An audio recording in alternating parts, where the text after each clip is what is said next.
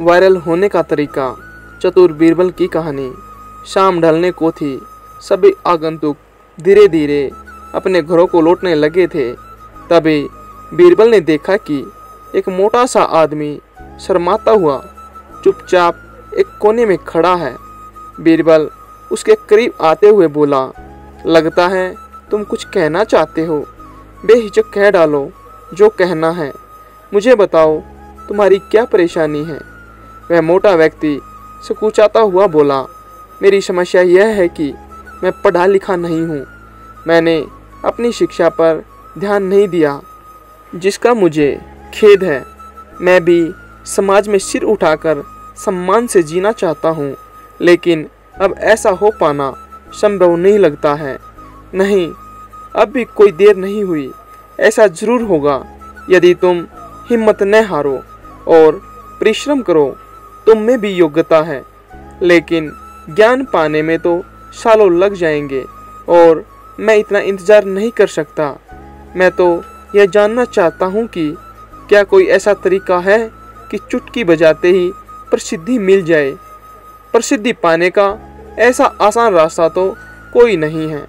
हाँ, यदि तुम वास्तव में योग्य और प्रसिद्ध कहलवाना चाहते हो तो मेहनत तो करनी ही होगी, वह भी कुछ समय के लिए। यह सुनकर मोटा आदमी सोच में डूब गया। नहीं, मुझ में इतना धैर्य नहीं है। मैं तो तुरंत ही प्रसिद्धि पाकर पंडित जी कहलवाना चाहता हूँ। ठीक है, इसके लिए तो एक ही उपाय है।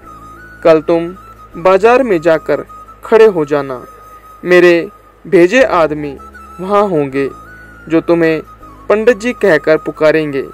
वे बार बार जोर जोर से ऐसा कहेंगे ताकि दूसरे लोगों का ध्यान तुम्हारी तरफ जाएगा। वे भी तुम्हें पंडित जी कहना शुरू कर देंगे। ऐसा होना स्वाभाविक भी है, लेकिन हमारा नाटक तभी सफल होगा जब तुम गुस्सा दिखाते हुए उन पर पत्थर फेंकने लगोगे या हाथ में लाठी लेकर उनके पीछे दौड़ने लगोगे। लेकिन ध्यान रहे, गुस्से का सिर्फ दिखावा भर करना है। किसी को चोट नहीं पहुंचनी चाहिए। उस समय तो वह मोटा आदमी कुछ समझ नहीं पाया और घर लौट गया। अगली सुबह वह मोटा आदमी बीरबल के कहे अनुसार भीड़ भाड़ वाले बाजार में जाकर खड़ा हो गया। तभी बीरबल के भेजे आदमी वहां आ पहुंचे और तेज स्वर में कहने लगे, पंडित जी, ओ पंडित जी, पंडित जी। मोटे आदमी ने यह सुन अपनी लाठी उठाई और उन आदमियों के पीछे दौड़ने लगा। बीरबल के भेजे आदमी वहां से भाग निकले, लेकिन पंडित जी का राग अलापना उन्होंने नहीं छोड़ा।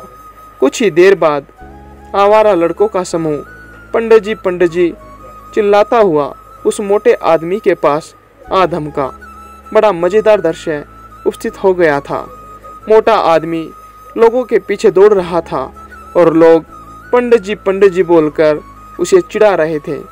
अब मोटा आदमी पंडित जी के नाम से प्रसिद्ध हो गया। जब भी लोग उसे देखते तो पंडित जी कहकर ही संबोधित करते। अपनी ओर से तो लोग यह सोचकर उसका मजाक उड़ाते थे कि वह उन पर पत्थर फेंकेगा या लाठी लेकर उनके पीछे दौड़ेगा, लेकिन उन्हें क्या पता था कि मोटा तो चाहता ही यही था। इसी तरह महीने बीत गए। मोटा आदमी भी थक चुका था। वह भी समझ गया था कि लोग उसे सम्मानवश पंडित जी नहीं कहते, बल्कि ऐसा कहकर तो वे उसका मजाक उड़ाते हैं। लोग भी जान गए थे कि पंडित जी कहने से उसे गुस्सा आ जाता है। अब वह सोचता था कि शायद लोग मुझे पागल समझते हैं। यह सोचकर वह इतना परेशान हो गया कि फिर से बीरबल के पास जा पहुंचा और बोला, मैं मात्र पंडित जी कहलाना नहीं चाहता। वैसे मुझे स्वयं को पंडित जी कहलवाना पसंद है और कुछ समय तक यह सुनना भी मुझे अच्छा लगा, लेकिन अब मैं थक चुका हूँ। लोग मेरा सम्मान नहीं करते, वे तो मेरा मजाक उड़ाते हैं। मोटे आदमी को वास्तविकता का आभास होने लगा था। मोटे आदमी को यह कहता देख बीरबल हंसकर बोला, मैंने तुमसे पहले ही कह दिया था कि तुम बहुत समय तक ऐसा नहीं कर पाओगे। लोग तुम्हें वह सब कैसे कह सकते हैं जो तुम हो ही नहीं। क्या तुम उन्हें मूर्ख समझते हो? जाओ, अब कुछ समय किसी दूसरे शहर में जाकर बिताओ। जब लौटो तो उन लोगों को नज़रअंदाज कर देना जो तुम्हें पंडित जी कहकर पुकारे। एक अच्छे सभ्य व्यक्ति की तरह आचरण करना। जल्दी ही लोग समझ जाएंगे कि पंडित जी कहकर तुम्हारा उपहास करने में कुछ नहीं रखा और वे ऐसा कहना छोड़ देंगे। मोटे आदमी ने बीरबल के निर्देश पर अमल किया। जब वह कुछ माह बाद दूसरे शहर से लौटकर आया तो लोगों ने उसे पंडित जी कहकर परेशान करना चाहा, लेकिन उसने कोई ध्यान नहीं दिया। अब वह मोटा आदमी खुश था कि लोग उसे उसके असली नाम से जानने लगे हैं।